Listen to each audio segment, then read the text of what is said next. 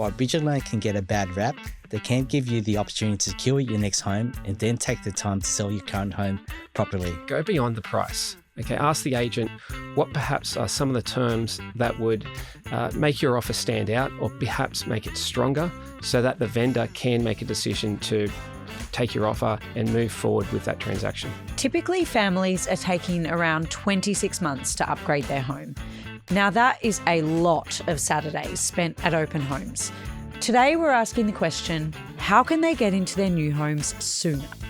According to realestate.com.au research, buyers looking to upgrade their home are taking just over 2 years to do so. Today, we're tackling the forever home dilemma with Clint Harris from the agency on the Central Coast and Westpac home loan specialist Michael Nguyen. They have helped countless families navigate this maze, so let's dive in. Our Property Seeker research shows that upgraders just simply are not compromising. They want that extra bedroom, they want that better school zone, and they also want that renovated kitchen. Clint, what are upgraders' biggest challenges? I think that there's a few challenges that have come, particularly in the last few years on the back of COVID, such as an increase of building costs. So that renovation that perhaps was a lot easier pre-COVID is now a much bigger challenge because of that high cost. There's also been increasing interest rates. One of the most significant rate cycles that we've had, the battle inflation, that has also made it very sensitive on what we can afford and what we can perhaps service for to be able to access the ideal home. Now, look, another recent figure from PropTrack shows that Aussies are staying in their homes around 13 years on average in both Sydney and Melbourne, and it's 10.5 years nationally. That is up from 8 years pre-pandemic. Michael, do you think this has to do with people's financial nerves? Yes, it is an interesting one, Alice. Over the last couple of years, the movements in RBA, cash rate, inflation, and the cost of living crisis had made it more challenging for upgraders. Additionally, I think people are really put off the costs associated with moving, like stamp duty, legal fees, etc., because these figures can be eye-watering. Oh, look, I imagine upgraders are also nervous because not only do they have to buy, but they have to sell. So what are your tips, Michael, then for buyers approaching that selling and buying dance? Trying to perfectly time buying and selling is exceptionally difficult. While a bridging loan can get a bad rap, they can give you the opportunity to secure your next home and then take the time to sell your current home properly. Look, quickly, Michael, can you just explain to us what is a bridging loan? It's a short-term loan used to cover the financial gaps between buying a new property and selling the existing one.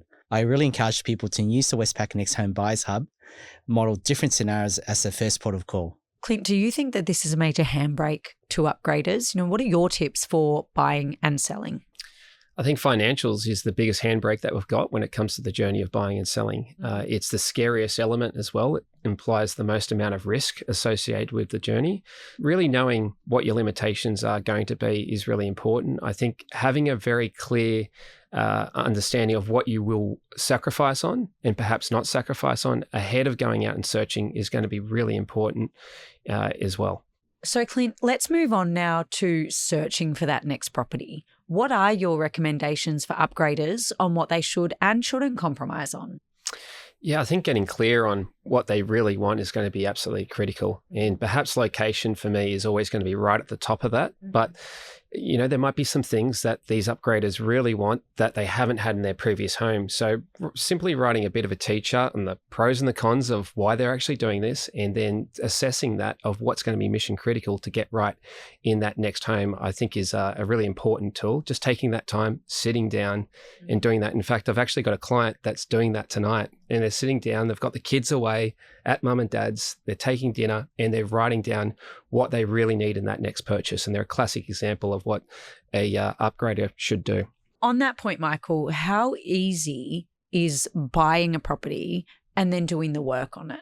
Yeah, there are a few options for affording renovations depending on your situation, like including the rental costs in your home loan amount, seeing how much equity you've got in borrowing against it, or taking out a construction loan option.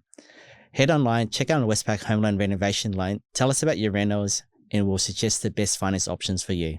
Speaking of finances, let's talk about putting in an offer. Because, Clint, how do buyers get out of that rut? It's a scary proposition. So what are your tips for putting in the very best offer possible? You're absolutely right. It's scary. And I think that one of the best things that we can do is build a relationship with the agents that you feel are representing a lot of homes in the market that you do want to buy in, and go beyond the price. Okay, ask the agent what perhaps are some of the terms that would make your offer stand out, or perhaps make it stronger, so that the vendor can make a decision to take your offer and move forward with that transaction. Look, thanks again, Clint and Michael, for coming on the show and sharing all your great insights for our upgrader market. Thank you. Thank you. Thanks for listening to The Buyer's Handbook. Join us next time for more answers on the topics that matter most.